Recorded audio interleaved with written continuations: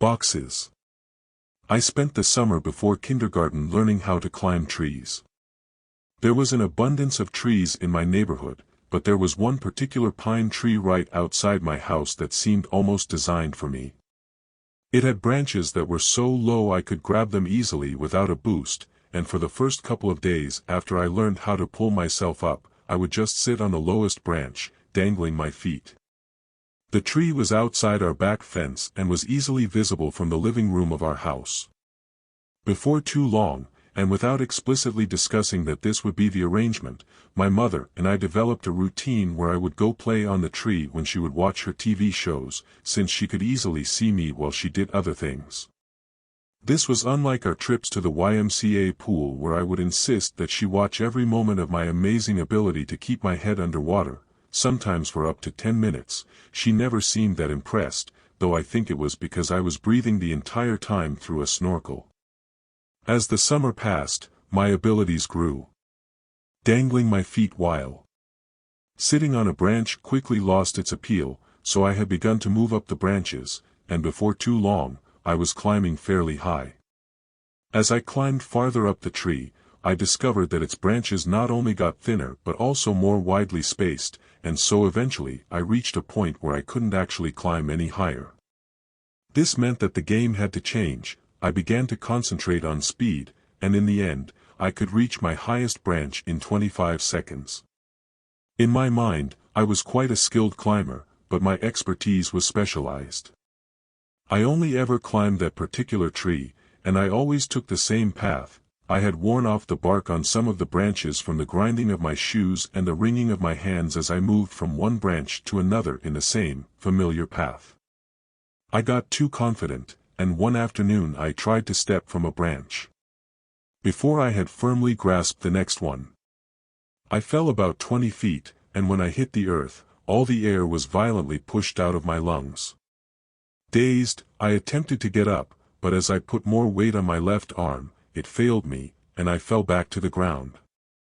When I looked at the arm that had betrayed me, I understood that I had simply asked too much of it. My forearm was twisted and bent like my tree's roots, and when I tried to move my fingers, I found that they either all moved together or not at all. My mom was running toward me yelling something, and I remember her sounding like she was underwater. I don't recall what she said, but I do remember being surprised by just how white my bone was. I couldn't climb trees anymore after that. I was going to start kindergarten with a cast and wouldn't even have any friends to sign it. My mother and I had put a great deal of preparation into making my first day of school a success, but we weren't prepared for this. She must have felt terrible, because the day before I started school, she brought home a kitten. He was just a baby and was striped with tan and white, and he was a talker. The soundtrack of my excitement was a never-ending series of short but continuous cries. The cat squirmed a little in my mom's arms and fanned his toes as he extended his legs. She kissed him on the head and bent toward the floor to release him. As soon as she put him down, he crawled into an empty case of soda that was sitting on the floor. I named him Boxes. Boxes was only an outside cat when he escaped. Some time long before I was born, my mom had a cat that had apparently decimated the furniture. In the interest of having both a cat and places to sit, my mom had Boxes declawed. As a result, we did our best to keep him inside. Despite our best efforts, he would still escape every now and then, and we'd find him somewhere in the backyard chasing some kind of bug or lizard. Most of the time his prey would simply elude him the old-fashioned way, but there were a couple times when I approached Boxes in the backyard and saw that he had pinned some poor, small animal. But without fail, the tiny creature would pull itself forward and slide through Boxes' clawless paws, and he would watch in horrified disbelief as his prize literally slipped through his fingers. Boxes could sometimes be as evasive as the lizards he stalked, but we'd always catch him and carry him back inside. He'd scramble to look back over my shoulder, meowing the whole way. I told my mom that it was because he was planning his strategy for next time and warning the lizards that he'd be back. Once we were back inside, we'd give him some tuna fish. Partly due to this ritual, Boxes learned what the sound of the electric Can opener might signal, and he would come running whenever he heard it. Most of the time my mother wasn't opening cans of tuna, but Boxes would howl until she put the can on the ground for him. He would smell it and then look up at her in disgust, as if he was thinking, "What is this? Soup?" This can opener conditioning came in handy, because toward the end of our time in that house, Boxes would get out much more often. He would run into the crawlspace under the house where neither my mom nor I wanted to follow because it was cramped and probably festering with bugs and rodents. We attempted to get him out by calling his name, but when that failed, it seemed that we might just have to wait for him to come out on his own accord. Ingeniously, my mom thought to hook the can opener to an extension cord and run it just outside the opening that Boxes had gone through. Each time, he would inevitably emerge with his loud meows, while causing a miniature sandstorm as he shook the dirt out of his fur. He would look up at us, excited by the sound and then horrified at how we could orchestrate such a cruel ruse. A can opener with no tuna made no sense to Boxes. The last time he escaped to under the house was actually our last day in it. The summer between first and second grade had just started, and our house had already been on the market for a couple months. I didn't want to move, and I protested as sincerely as I could, but my mother told me that the schools were better elsewhere. Of course, I didn't care about that, but there was no discussion to be had. My mom had already found a new house in another part of the city, so we had begun packing our things slowly so that we'd be ready to move when our house finally sold. We didn't have much, and I had already packed up all my clothes at my mom's request. She could tell that I was really sad about moving, and so she wanted the transition to be smooth for me. I guess she thought that having my clothes in the box would gently reinforce the idea that we were moving, and if it all happened gradually enough, it might be easier for me to accept it once the day finally came. I guess it worked in a way, but even after months of having my clothes all packed up, the room still felt like my room. A little over a week before we were supposed to move, we were carrying some of our things out to the car when Boxes seized the opportunity and ran full tilt into the yard. My mom scrambled to catch him, but the cat evaded her and ran under the house. She cursed that she had already packed the can opener and wasn't sure where it was, and she tried hopelessly to lure him out by calling him while I pretended to go look for the can opener so that I wouldn't have to go under the house in pursuit. Eventually my mom, probably completely aware of my little scam, moved one of the panels on the side of the house and went into the crawlspace. I stood outside the opening, listening to my mother's rustling under the house. "Watch for him," she called to me, and so I crouched down just in front of the hole, ready to catch Boxes if he ran out. "Come here," my mother roared, and I heard Boxes howl as he often would when he was caught. My mom came out with Boxes quickly and seemed unnerved, which made me feel even better about not having had to go in myself. She took him inside and made some phone calls while I sat on the bottom bunk of my bed and played with a Ninja Turtle action figure. I waited eagerly for Josh's parents to drop him off so we could play. A couple minutes later, my mother came into my room. She was still covered in dirt from having crawled under the house, and when she moved, I could sometimes see the dirt break loose from her skin and rain down onto the carpet of my floor. The unhinged look in her eyes was still there, and, holding the phone tightly in her hand, she told me that she had spoken to the realtor and we were going to move into the other house right away. She said it as if it was excellent news, but I had thought that we had more time in the house. We weren't supposed to move until the end of the next week, and it was only Tuesday. We weren't even finished packing yet, but my mom said sometimes it was just easier to replace things than pack them and haul them all over the city. I didn't even get to grab the rest of my boxed clothes as my mom ushered me out of my room and out the back door. "What about Josh?" I protested. "What about him?" she snapped. I reminded her that he was supposed to come over later that day, and she said that we would have to reschedule our playdate. When I asked if I could at least call him to say goodbye, she said that I could just call him from our new house. We left in the moving van, and I watched my home and my entire life slide out of sight as we rounded the bend and exited the neighborhood. I had left my home behind, but I managed to stay in touch with Josh over the next several years, which was surprising since we no longer went to the same school. Our parents weren't close friends, but they knew that we were, and so they would accommodate our desire to see one another by driving us back and forth for sleepovers, sometimes every weekend. The distance did little to weaken the strength of our friendship. As a matter of fact, in many ways our bond actually grew stronger.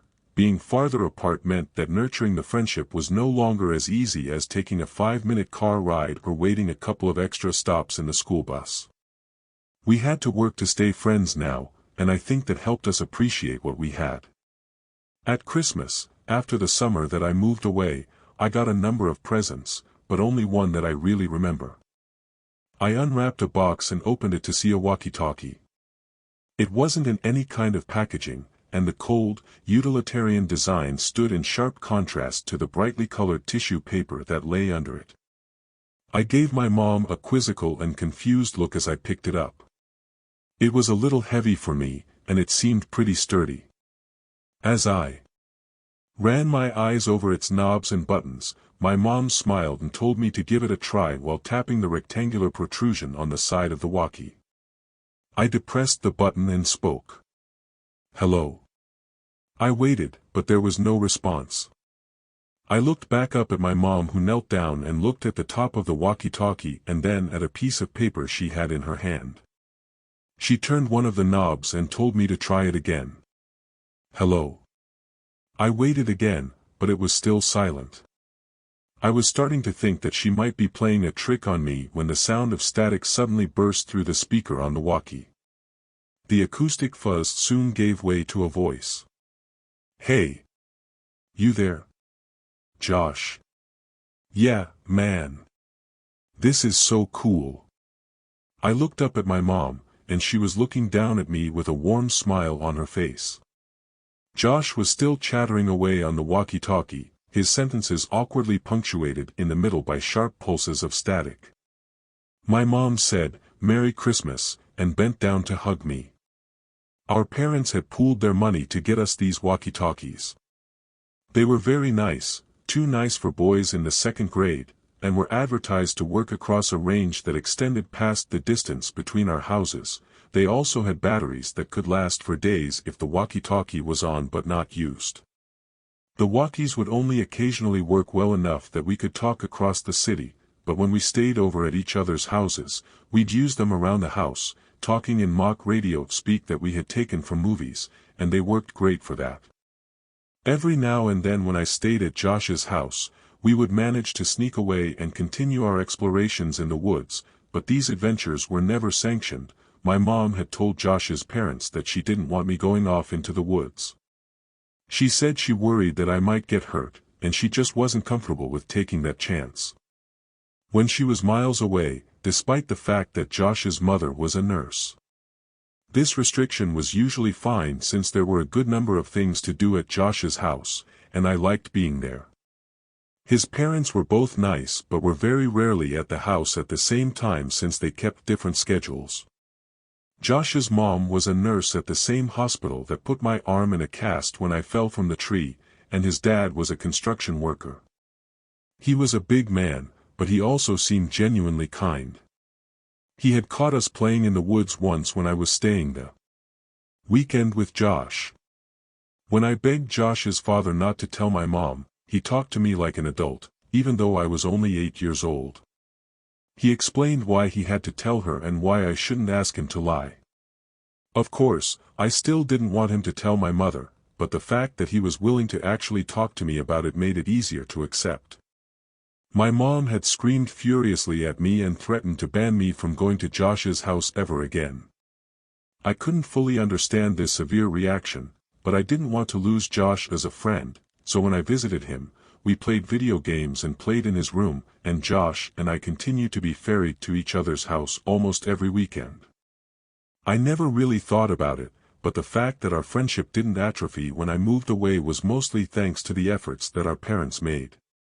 Thanks to them, we were still friends when we were 10 years old. One weekend in 5th grade, I was staying at Josh's and my mom called me to say goodnight. She was still pretty watchful even when she couldn't actually watch me, but I had gotten so used to it that I didn't even notice it, even if Josh did. She sounded upset, so I asked her if I had done something.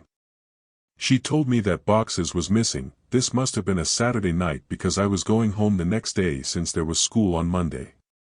Boxes had been missing since Friday afternoon. I gathered that my mother had not seen him since returning home after dropping me off at Josh's the day before.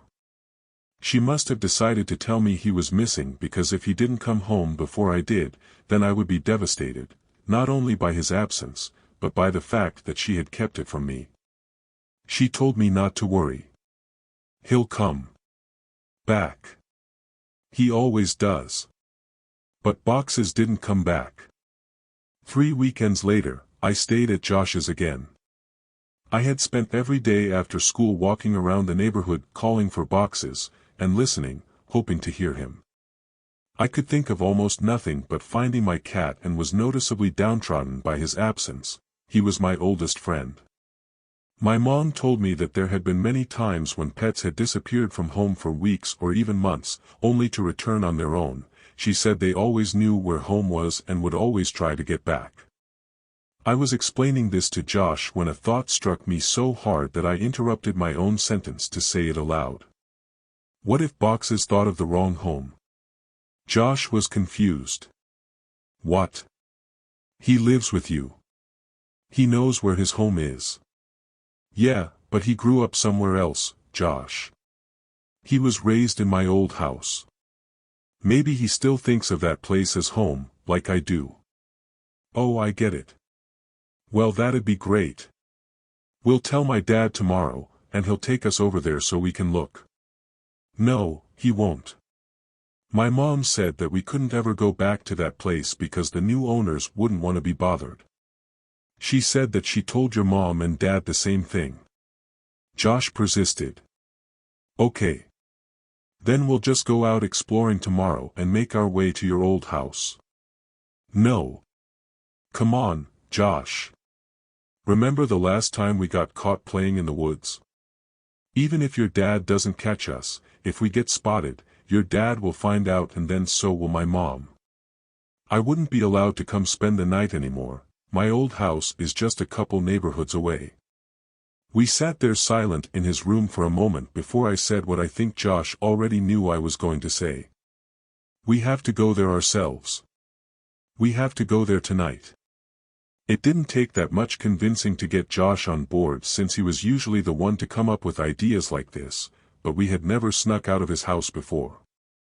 While we waited until everyone was asleep, we discussed our strategy for getting there, while also debating how we would explain Box's sudden appearance to our parents if we should happen to find him.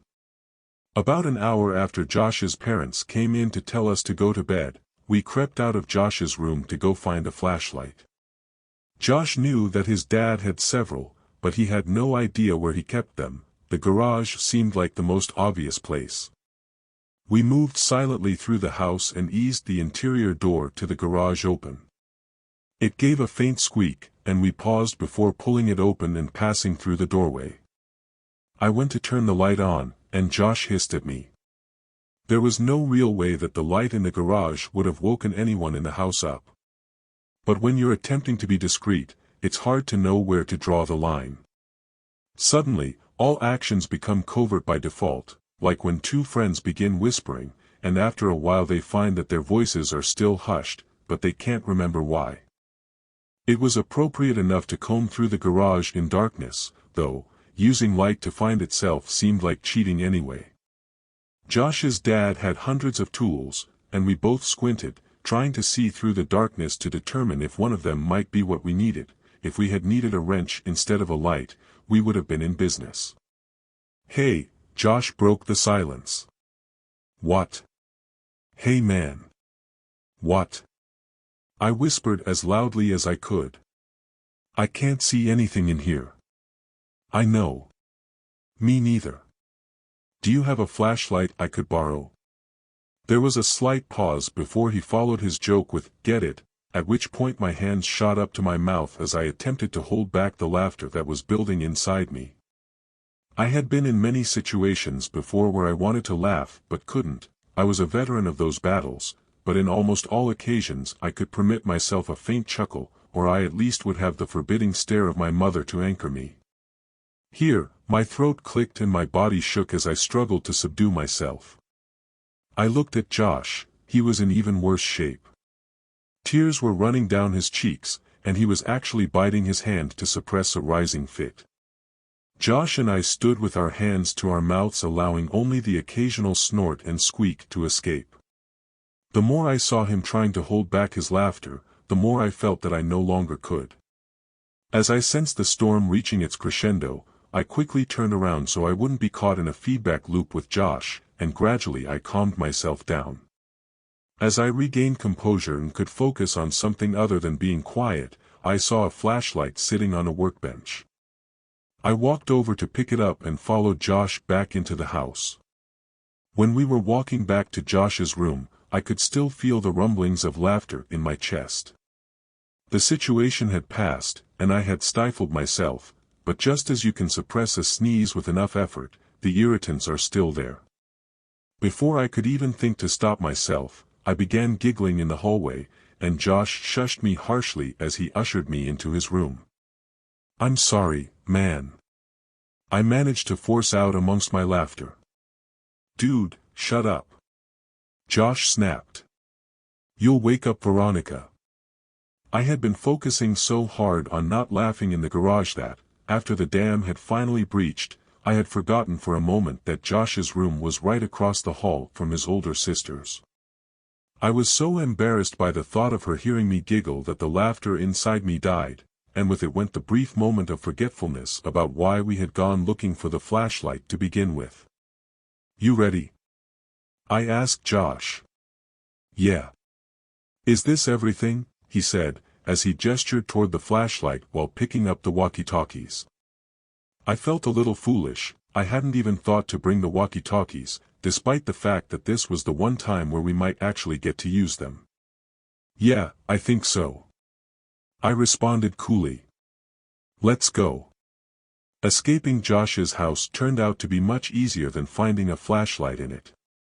The window in his room opened to the backyard, and he had a latched wooden fence that wasn't locked. The fence opened to the side of the house, and we crept along quietly as we passed under his parents' bedroom window. We made a sharp turn away from his house and toward the trash-can-lined street. Once we were in the clear, we slipped off into the night, flashlight and walkie-talkies in hand. There were two ways to get from Josh's house to my old house. We could walk on the street and make all the turns, or go through the woods, which would take about half the time. It would have taken about 2 hours to walk there taking the street, but I suggested that we go that way anyway. I told him it was because I didn't want to get lost. Josh scoffed at this idea and insisted that between the two of us we would have no trouble finding our way. I pointed out that it had been years since I'd walked through these woods. He waved his hands at me dismissively and said that he doubted that anyone knew these woods better than us after the lengths that we had gone to in order to explore them, even at night. "But what about when we were kids? You remember how thick the woods get." "But we're not kids anymore," he responded. Before I could rebut, he added that if we were seen walking along the street, someone might recognize him and tell his dad. He threatened to go home if we didn't just take the shortcut. I accepted his preference because I didn't want to go by myself. Nervously, I turned with Josh toward the line of trees across a vacant lot and walked on. Josh didn't know about the last time I walked through these woods at night and how hard it had been to find my way out. The woods seemed much less frightening than I remembered. I was older now, and I found that with a friend and a flashlight, the trees seemed less ominous and the sounds less foreboding. We seemed to be making pretty good time, too, though I wasn't entirely sure where we were. But Josh appeared confident enough, and that bolstered my morale. While not infused with the general eeriness that I had expected, there was still something surreal about the woods. This feeling was, I'm sure, at least partially informed by my memories of this place, but there was something about the way the trees twisted together in the dim light of the moon, as the wind rustled and whistled through them, that made it feel like a wholly different place than it was during the day. The fact that a place this untamed was wedged between stretches of houses and neighborhoods made it seem even more bizarre, but in truth, I knew there was nothing strange about any of this. My thoughts were just wandering as I tried to think about anything other than what it was like to be lost in these woods. I needed to break the silence. How much farther do you think it is? We were on Josh's side of the woods, so I thought he might have a better sense of the distance. I dunno. A while, I guess. Well, what's a while mean? I don't know, man. On the bright side, how far can you walk into the woods, right? The question reverberated in my ears. What did you say? I uttered flatly, as my feet dragged to a halt. Josh turned his head back a little over his shoulder and said with a half grin, "How far can you walk into the woods?" My face felt hot. That question. I hadn't thought of that question in years, since the night it replayed over and over again in my head as I walked what could have been the same path we were taking now. And with the question now again ringing in my ears, the same panicked feelings that had prompted me to think of it that night as I wandered endlessly through this place began to return. I couldn't think of why he would say that or where he had even heard it. My mind began whirling in a gyre as it clouded with that familiar feeling of being certain that you are dreaming while also knowing that you're not. Josh hadn't stopped walking when I had, but I could hear him just up ahead of me, and I could see the meandering of the flashlight's beam through the trees. I began walking again and caught up with my friend. The bush was getting thicker and the trees more tangled. As we negotiated our way through it all, I was about to press Josh about what he had just said when the strap on my walkie-talkie got caught on a branch. Josh had the flashlight, and as I was struggling to get the walkie free, I heard Josh say, "Hey man, wanna go for a swim?" I looked over to where he was shining the flashlight, but I closed my eyes as I did because I now knew where we were, though I hoped that, somehow, I was wrong. Slowly and fearfully, I opened my eyes and saw that he was shining the light on a pool float. This was where I had woken up in these woods all those years ago. I felt a lump in my throat and the sting of fresh tears in my eyes as I continued to struggle with the walkie-talkie. I didn't want to be there. It hadn't even occurred to me that we might find this place, and once we did, I just wanted to keep walking and leave it behind for a second time. But as the branch clung determinedly to the strap, I found myself trapped there again. Frustrated, I yanked on the walkie hard enough to break the branch that held it, and I turned and walked toward Josh, who had partially reclined on the pool float in a mock sunbathing pose. I didn't want to tell Josh how I had first found this place, so I knew that I had to temper my desperation to leave it. Slowing my pace, I tried to collect myself, and Josh, either in an attempt to light my way or obscure it, shined the flashlight directly on my face.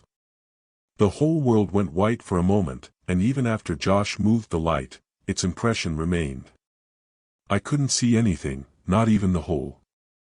I felt the dirt around the edge of the chasm give way, and I reeled back in an attempt to regain my balance, but it was not enough. I tumbled into the crater. It was only a few feet deep, but it had a fairly large perimeter. I was puzzled. I remembered this place vividly from that night. The topography of this particular area was etched deeply into my mind, but I didn't remember the hole. I rose to my knees as I tried to wind back my mind's clock. That's when I heard Josh scream. I rose to my feet quickly and scrambled out of the hole. I tried to see what was happening, but Josh had the flashlight, and its beam moved wildly through the darkness as he flailed frantically on the float. He was panicked, and as the light shot sporadically across his face, I could see it was contorted with fear and desperation. "What's wrong, Josh?" I yelled. But he didn't respond with anything more than the same cries that had pulled me out of the hole. He was trying to get up, but each time he would rise up even a little, he would fall immediately back onto the float, and the whole process would begin anew. I wanted to help Josh, but I couldn't move myself any closer, my legs wouldn't cooperate. I hated these woods. Josh threw the flashlight to free his hand, and I stared at it, still unable to break my paralysis. It wasn't until Josh roared coherently that he needed help that I was able to force myself to move. I ran and grabbed the discarded flashlight. I shined it on my friend, not knowing what to expect. The light washed over his body, and I could see that he was writhing violently, the weathered and worn shark-shaped float distending underneath him. At first, I couldn't see anything near him that could be causing his panic. I shifted my gaze from the surroundings and back onto Josh and stepped closer. His plight came into view. Spiders. There were dozens of them crawling in crisscrossing patterns along his arms and across his torso. There must have been a clutch of them in the float. The closer I got, the more there seemed to be as my eyes became better able to distinguish their small bodies. Josh's hands repeatedly returned to his face to wipe it clean of any spiders that might make the journey up there. His frightened and rapid movements stood once again in stark contrast to my resumed static state. Josh was not really afraid of spiders, at least not by the thought or sight of them, but I was. I stood there and wished that Josh had been plagued by something else, anything else. But I had to do something for him. He would have done something for me. Setting the flashlight on the ground, I ran to my friend and shut all thoughts of the spiders out of my mind. If I thought about them, I would stop thinking about helping Josh. I grabbed his arms and leveraged back, pulling him up as steadily and strongly as I could.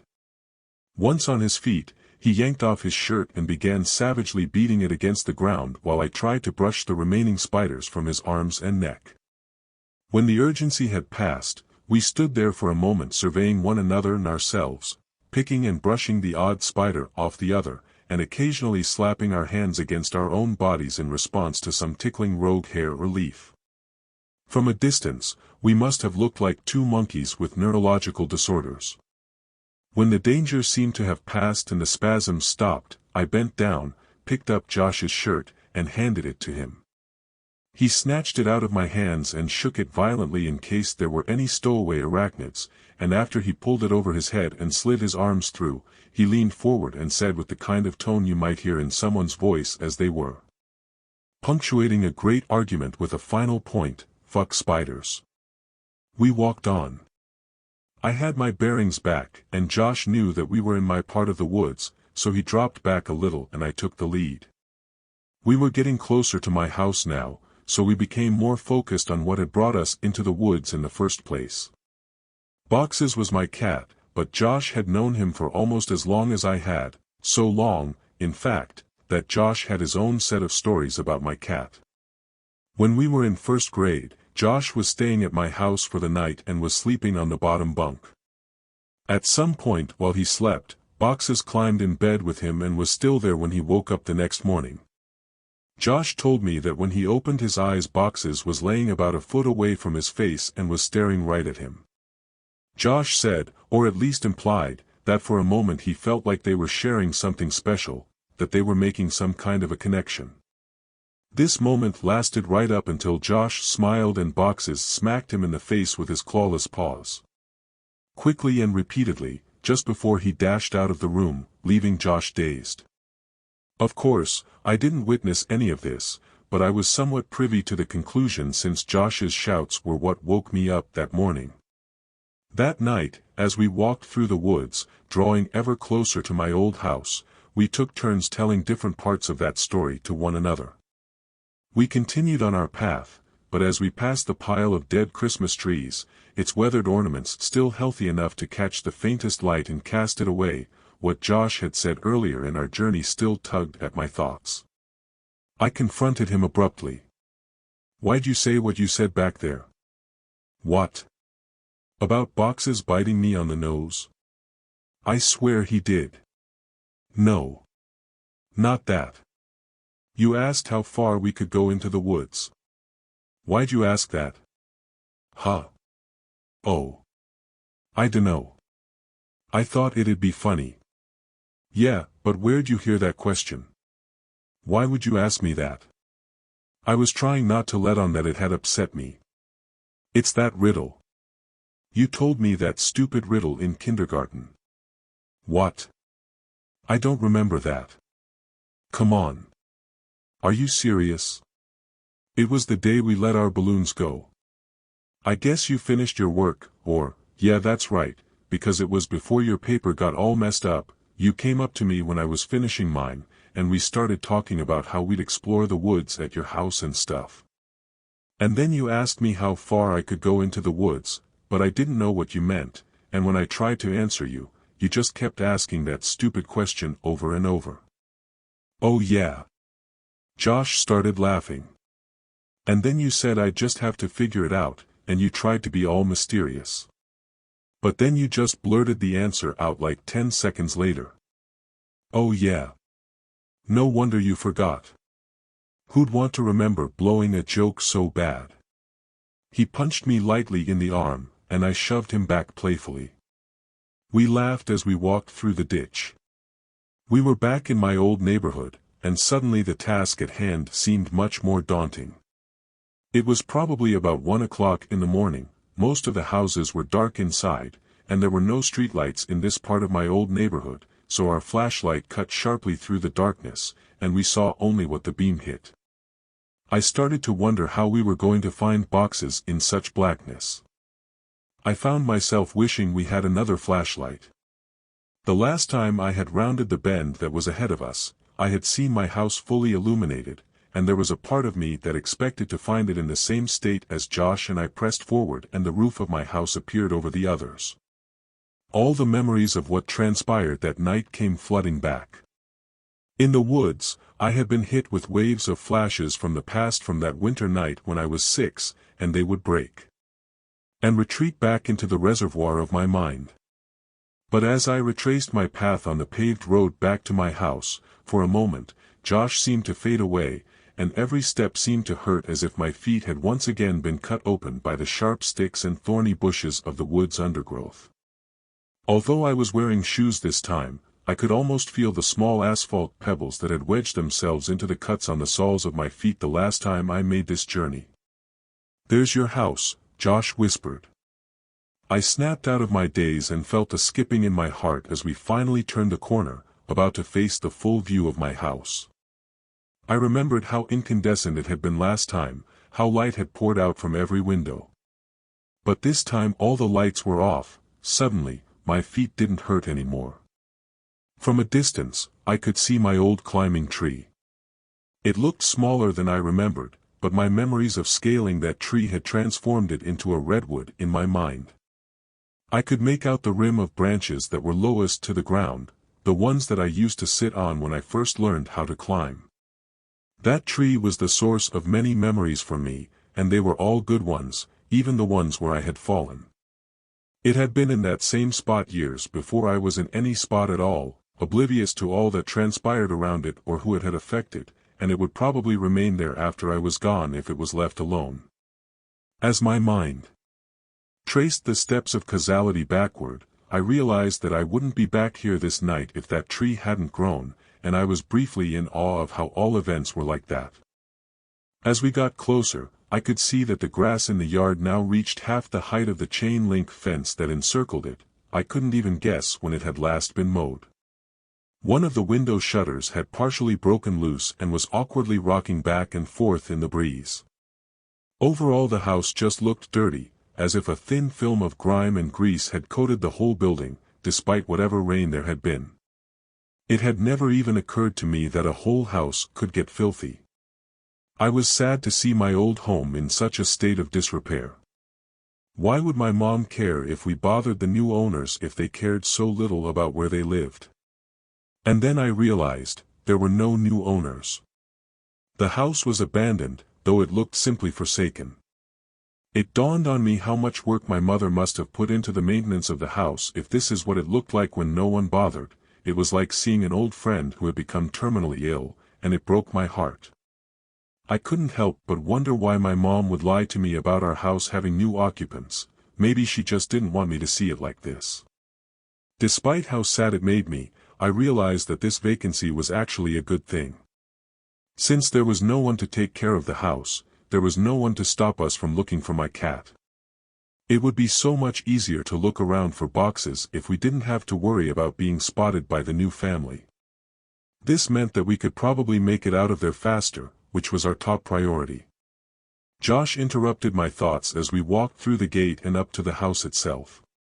"Your old house sucks, dude," Josh yelled as quietly as he could. "Shut up, Josh. Even like this it's probably still more fun than your house." "Hey man. Okay.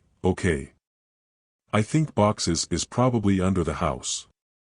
One of us has to go under and look, but the other should stay next to the opening in case he comes running out." For a moment, I kicked myself for not bringing an electric can opener from Josh's house, forgetting that there would have been no electricity to power it here. "Are you serious?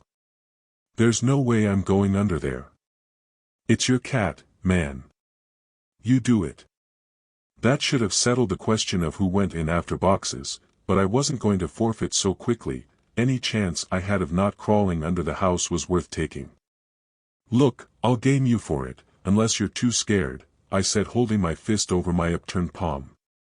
"Fine, but we go on shoot, not on three. It's rock, paper, scissors, shoot, not 1, 2, 3. I know how to play the game, Josh.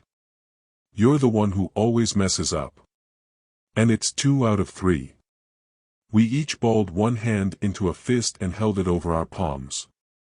I began to count, and on each word, we thrust our hands downward in a stabbing motion until they collided with our palms. Rock, paper, scissors, shoot. I brought my hand down, maintaining the fist, and held it there. Josh's hands clapped on his final throw. His paper beat my rock. We began again. Rock, paper, scissors, shoot. I guessed that Josh would count on me throwing rock again, and I almost did. At the last second, I changed my mind and laid my hands together flatly. I looked at Josh. He was pointing 2 fingers at me as if to signal the number 2. He had guessed what I'd do or had just gotten lucky. Either way, his scissors beat my paper. I lost. It was obvious that Josh wanted to gloat, but he restrained himself. He wasn't happy that anyone had to go under this house. I wiggled loose the panel that my mom would always move when she had to crawl after boxes. I had removed it myself only once, but that had been a long time ago. I pushed it in hard and then twisted it a little before pulling it out and resting it against the side of the house. My mom only had to crawl underneath the house a handful of times since the can opener trick usually worked, but when she had to do it, she hated it, especially that final time. As I looked into the darkness of the crawlspace, I had a greater appreciation for why that was. Before we moved, my mother said that it was actually better that boxes ran under here, despite how hard it could be to get him out. It was less dangerous than him jumping over the fence and running around the neighborhood. All that was true, but I was still dreading going into the crawlspace. I turned back toward Josh and smirked. "Best 5 out of 7. He laughed and told me to watch my head on the way in. I grabbed the flashlight and the walkie and began to crawl into the opening. Upon setting my hand on the ground underneath the house, I realized that I was about to ruin my favorite shirt. The ground of the crawlspace was nothing more than damp dirt, which would create a problem for the white shirt I was wearing. My mom had gotten it for me at a souvenir shop when we visited my grandparents the previous year. It had an iguana wearing sunglasses and a Hawaiian shirt, lying in a beach chair and sipping a drink out of a glass with a straw. Beneath the lizard in big, green letters, it said, "Iguana Another Fly Tai." I had no idea what this meant, but after about 10 minutes of nagging, my mom paid to have the design ironed onto a shirt my size. My mind started turning. There would be no way for me to come out of this exploration without being filthy, and I would have to explain the state of my clothes to Josh's parents. This complicated things. I turned back toward Josh. "Hey, I can't be the one who goes under, man. It'll ruin my shirt, and your parents will know we were outside." Josh stood there with a slightly amused but quizzical look on his face. Finally, he answered, "Wait, you're serious? Dude, look at your shirt. I looked down and saw that it already advertised my activities with thick skids of soil that streaked up and down and across it. I felt slightly foolish. We had just walked through the woods, and I had fallen in a hole, but I still pictured my shirt in mint condition. I played it off as if it was a joke and turned back toward the opening. As I moved the upper half of my body into the crawlspace, my concerns turned to other things as a powerful smell overtook me. It smelled like death. I turned on my walkie. Josh, are you there? This is Macho Man, come back. Josh, cut it out. There's something wrong down here. What do you mean? It stinks. It smells like something died. Oh man, is it boxes? I really hope not. I set down the walkie and oscillated the flashlight as I crawled forward a little, trying to survey as much as possible from my current position. Looking through the hole from the outside, you could see all the way back with the right lighting, but you had to be inside the crawlspace to see around the support blocks that held the house up. I'd say that about 40% of the area wasn't visible unless you were actually in the crawlspace, but even inside I could only see directly where the flashlight was pointing. This would make scouting around the place much more difficult. I tried to call my cat. Boxes. I paused and listened. Boxes.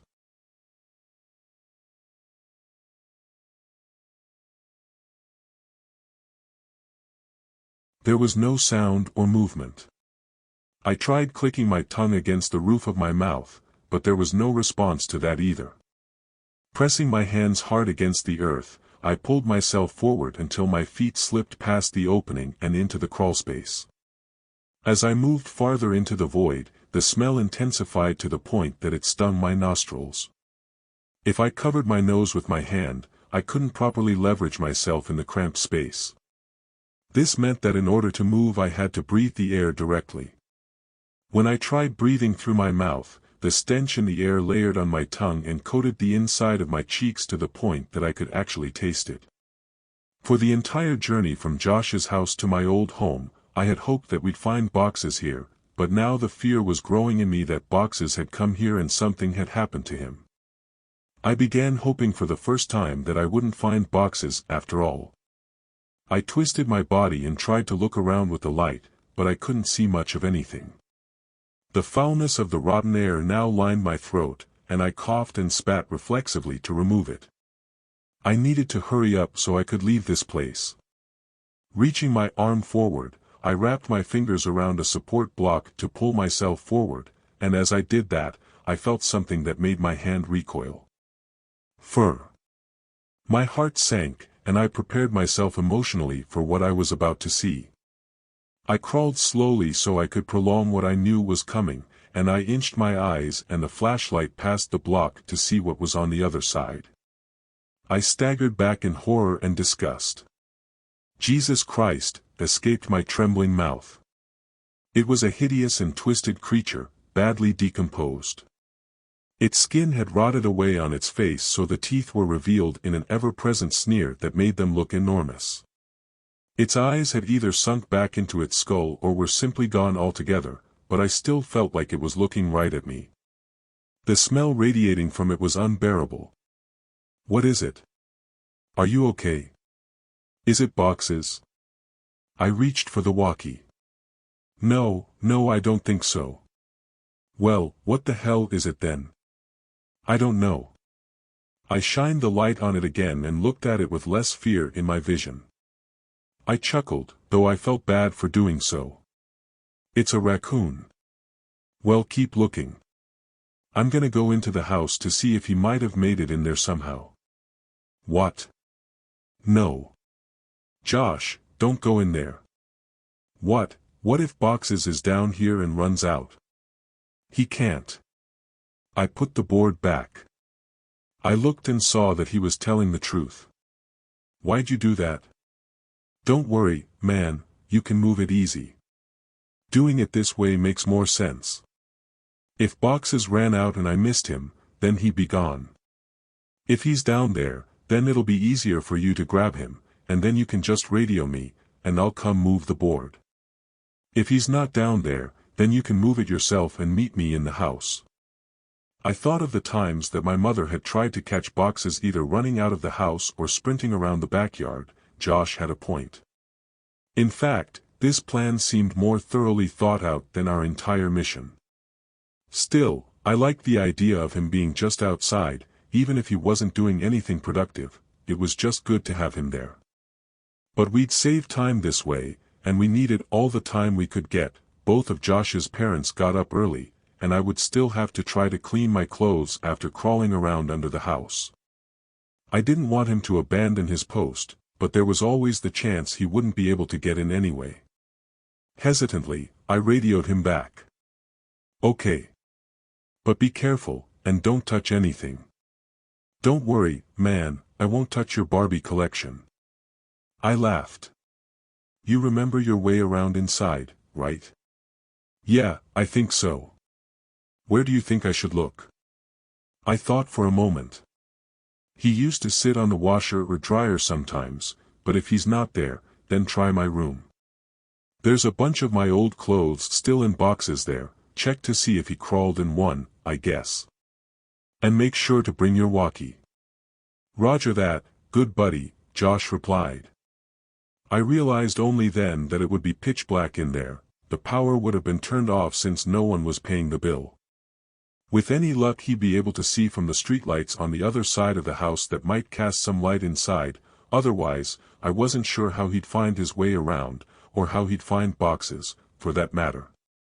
Before too long, I heard footsteps right over my head and felt old dirt raining down on me. "Josh, is that you?" "Breaker. Breaker. This is Macho Man coming back for the big Tango Foxtrot. The Eagle has landed. What's your 20, Princess Jasmine?" "Over." "Asshole," I muttered to myself. "Macho Man, you know that you don't have to make the walkie-talkie noise when we're actually on the walkie-talkies, right? And my 20 is in your bathroom looking at your stash of magazines, good buddy. Looks like you've got a thing for dudes' butts. What's the report on that?" "Over." I could hear him laughing without the walkie, and I started laughing too. I heard the footsteps fade away a little. He was on his way to my room. "Man, it's dark in here. Hey, are you sure that you had boxes of clothes in here?" "I don't see any." "Yeah, there should be a couple boxes in front of the closet." "There aren't any boxes. Let me check to see if you maybe put them in the closet or something before you left." I knew that I hadn't done that. I started thinking that maybe my mom had come back and gotten the clothes and just given them away because I had outgrown a lot of them. But I remembered leaving the boxes there. I didn't even have time to close the last one up before we left so abruptly that summer. While I was waiting for Josh to tell me what he found, I felt a tingling on my foot and thoughts of spiders surged back into my mind. I kicked out my leg quickly, and the sensation subsided. There were no spiders. My leg had fallen asleep due to the position I had been laying in. As the feeling returned to my foot, I became aware of the fact that it was now resting on something other than mounds of dirt. I turned my head back and stared, trying to make sense of what I was seeing. My foot was resting on a bowl that lay among a scattering of other bowls.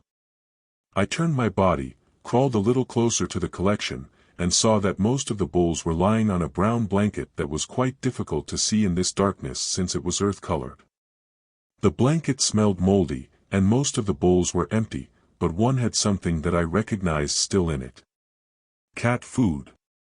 It was a different kind of food than we gave to boxes, and initially, I couldn't understand why it would be down there of all places. Suddenly, I understood.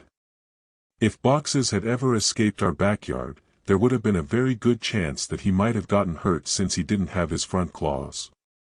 My mom must have set up a little place for him under the house to encourage him to come here instead of running around the neighborhood. That made a lot of sense, and it explained why boxes had scampered under there as frequently as he had toward the end of our time in the house. Knowing about this place, it seemed even more likely that boxes would have come back to it. That's so cool, Mom, I thought, as the sound of static came through the walkie. "I found your clothes." "Oh cool. Where were the boxes?" "Like I said, there are no boxes. Your clothes are in your closet, they're hanging up." I felt a chill. This was impossible. I had packed all my clothes. Even though we weren't supposed to move that day, I remembered having packed them weeks before and thinking that it was stupid for me to have to get clothes out of a box only to put them back in. I had packed them, but now they were hung back up. Why though? Josh needed to get out of there. "That can't be right, Josh. They're supposed to be in boxes." "I put them in boxes. Stop messing around, and just come back outside." "No joke, man. I'm looking at them. Maybe you just thought that you left them all packed up." "Ha. Wow. Talk about an ego." "What? What do you mean?" "Your walls, man. Ha. Your walls are covered in Polaroids of yourself. There are like hundreds of them. What did you hire someone to?" Silence. I checked my walkie to see if I had switched it off somehow. It was on. Looking at the frequency knob to see if it had been moved, I could see that it was on the right channel. I could hear rapid footsteps in the house above me, but I couldn't tell exactly where Josh was going. I waited for Josh to finish his sentence, thinking that his finger had just slipped off the button, but he didn't continue. He seemed to be stomping around the house now. I was just about to radio him when his words whispered through the crackling walkie-talkie. "There's someone in the house." His voice was hushed and broken. I could hear that he was on the verge of tears. I wanted to respond, but how loud was his walkie turned up? What if the other person heard it? I couldn't take the chance that I'd lead this other person right to him, so I said nothing and just hoped and listened. What I heard were footsteps, heavy, dragging footsteps. I tried to discern where they were going, but they seemed to be walking around aimlessly. Finally, they stopped. After only a moment there was a loud thud a few feet above me, and I could hear the dirt and sand raining down from the underside of the floor onto the ground of the crawlspace. Oh God! Josh! He had been found, I was sure of it. This person had found him and was hurting him. I couldn't move. I wanted to run home. I wanted to save Josh. I wanted to go for help. I wanted so many things, but I just lay there, frozen and racked with guilt over the fact that I was failing my friend. It wasn't at all that I was unable to help him, as if I had tried and failed and felt I had let him down. As if I had tried to scramble out of this pit and rush inside to rescue him only to be thwarted and defeated. It was that I couldn't bring myself to try anything at all. I hadn't moved 1 inch, and he was my best friend in the world. He was my only friend, next to boxes. I broke out in tears at the thought of Josh's fate and at the knowledge of my own impotency when he needed me. And I cried even harder from the selfish fears that were stirring up inside of me as I realized that Josh might have told this person where I was hiding and that there was nothing I could possibly do. As I struggled to compose myself, I felt my heart flutter when I heard Josh's voice through the walkie, but this relief was short-lived. "He's got something, man. It's a big bag. He just threw it on the floor. And, oh God, man, the bag. I think it just moved." Josh hadn't been discovered, but I knew he soon would be by the man with the bag. It was hopeless. As I lay there unable to move, my eyes focused on the corner of the house that was right under my room, right under where Josh would soon be discovered. I moved the flashlight. My breath hitched at what I saw. Animals. Dozens of them. All of them dead. They lay as a heaping pile of fur, claws, and teeth. Time and weather had fused some of them together into grotesque chimeras, their snarling mouths telling the world of their dissatisfaction at the union. Could boxes be among these corpses? Was this what the cat food was for? For a moment, I thought to move closer. Perhaps, if he was there, I could see him and know the truth. A heavy footstep above me broke my shock. I knew I had to get out of there, and I scrambled to the board. I pushed on it, but it wouldn't budge. I couldn't move it, and I couldn't get my fingers around it since the edges were outside. Josh had put it back the wrong way. I was trapped. God damn you, Josh. I whispered to myself. I could feel thunderous footsteps above me. The whole house was shaking. I heard Josh scream, and it was matched by another scream that wasn't full of fear. The storming above continued as I clawed at the board. Their footsteps were tracing patterns on the floor and charting a map of their routes in my mind. They ran from my bedroom, to the living room, to the kitchen, to the front door, and around and around. They ran until I didn't hear any more running. I pushed on the board as hard as I could, and I felt it move, but I knew it wasn't me who was moving it. I could hear footsteps above me and in front of me, and shouting and screaming filling the brief silences between the stomping and shuffling. The board moved a little more, and what little ambient light there was outside poured through this new opening. Walkie or flashlight? I had to make a decision of which to use to defend myself. It was still so dark outside that I feared I couldn't make it back to Josh's without the light, but if I broke the walkie-talkie, then Josh and I would be separated completely. The board moved more.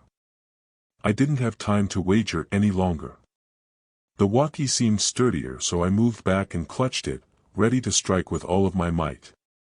The board was thrown to the side and an arm shot in and grabbed for me. Let's go, man. Now. It was Josh. Thank God. I scrambled out of the opening, holding the flashlight and the walkie. And we ran as fast as we could to the fence as the long grass whipped against our legs. I was the first one over the fence with Josh close behind me, but when Josh hit the street side of the grass, I heard him curse. His walkie's strap had caught on the metal tension wire at the top of the fence and pulled loose from his arm, falling on the bad side of the barricade. Quickly, Josh went to climb back over the fence to retrieve it, and reflexively I grabbed the back of his shirt, yelling, "Forget it, man. We gotta go." Behind us, I could hear yelling, though they weren't words, only sounds. Without discussing it, we, perhaps foolishly, ran for the woods in order to get back to Josh's house more quickly, while hopefully being somewhat harder to follow. We tore through thick patches of foliage, which tore back through us, albeit unequally. My arms were stinging with fresh cuts and scrapes from the woodland blockades that attempted to slow us down.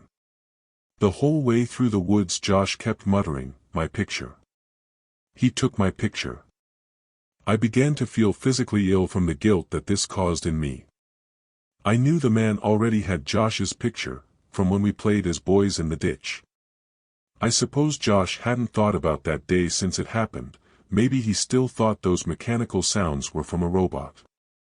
Aside from Josh's mutterings, not a word was shared between us as we hustled through the woods back toward Josh's house.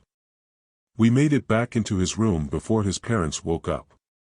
I didn't know how to use his washing machine, and even if I did, it would have made too much noise. After my attempt to scrub the dirt out of my shirt and pants with water from the sink proved unsuccessful, I borrowed some clothes from Josh and reluctantly snuck back outside to throw the incriminating clothes into the large, green city trash can that was sitting by the curb. The fact that there were so many trash cans lining the neighborhood road told me that garbage day was somewhere nearby on the calendar, and when I lifted the lid to Josh's trash can and saw it filled with garbage bags, I was relieved that the day hadn't already come. I hesitated for a second, taking a last look at the lizard on my shirt, then shoved the clothes underneath one of the bags and crept back around the house and through Josh's bedroom window. We sat in silence for a while, and it started to become uncomfortable. Finally, to break the quiet in the room, I asked him about the big bag in my old house and if it really moved. He said he couldn't be sure. He kept apologizing about dropping the walkie-talkie at the house, but obviously that wasn't a big deal, all things considered. We didn't go to sleep that night. Instead, we sat peering out the window, waiting for the man with the bag, but he never came. We agreed to never tell anyone about what happened. No good would come from that. After a couple of hours, the sun pushed the darkness out of the sky, and my mom came to get me a couple of hours after that. She asked me about the clothes I had on, and I told her that Josh had liked the shirt I had been wearing and asked if he could borrow it. She said that was nice of me. As we were pulling out of Josh's driveway, my eyes lingered on the trash can at the edge of their yard, and I caught myself whispering, I thought I closed the lid. I considered that the garbage truck might have just put the trash can down with the lid open, but it didn't matter. The evidence was gone, and I breathed easy.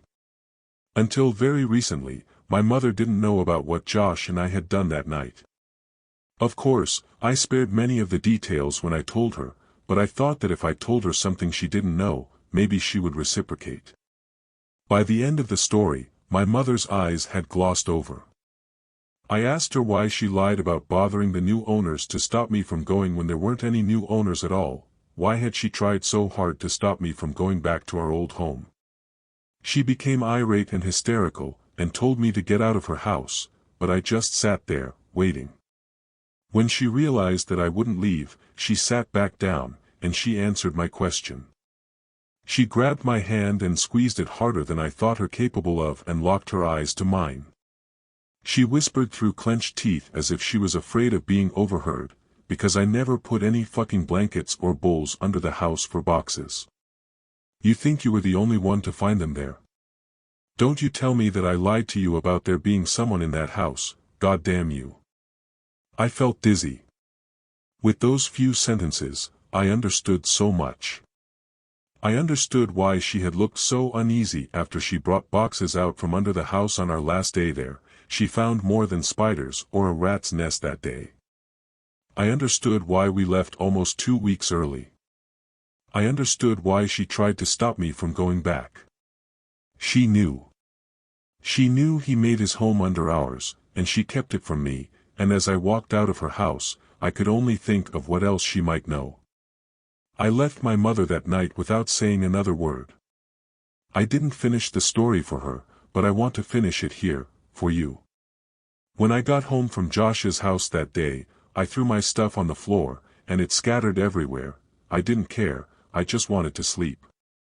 I woke up around 9 o'clock that night to the sound of boxes meowing. My heart leapt. He had finally come home.